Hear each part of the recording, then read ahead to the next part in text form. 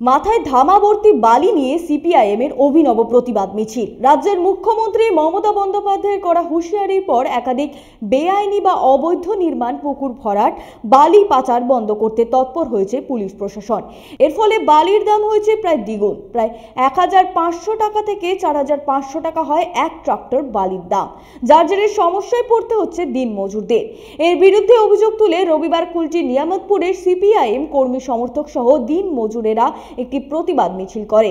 এই প্রতিবাদ মিছিলে কুলটি সিপিআইএম সম্পাদক দেবানন্দ প্রসাদ জানান, মুখ্যমন্ত্রী একবার করা হুঁশিয়ারি দিয়েছিলেন, সেই হুঁশিয়ারিতে বালির দাম দ্বিগুণ হয়ে যায়। যদি আরেকবার করা হুঁশিয়ারি দেন তাহলে বালির দাম কোথায় পৌঁছে যাবে? তিনি হুঁশিয়ারি দেন যে আগামী 10 দিনে বালির দাম কম না হলে কুলটি বিএলআরও অফিসে তালা ঝুলিয়ে দেওয়া হবে।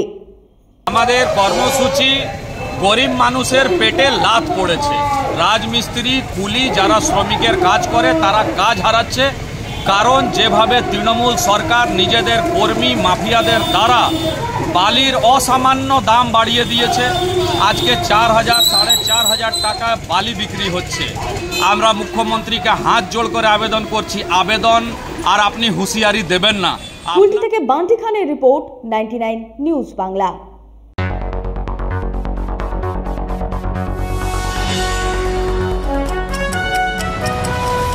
আপনারা দেখছেন 99 নিউজ বাংলা।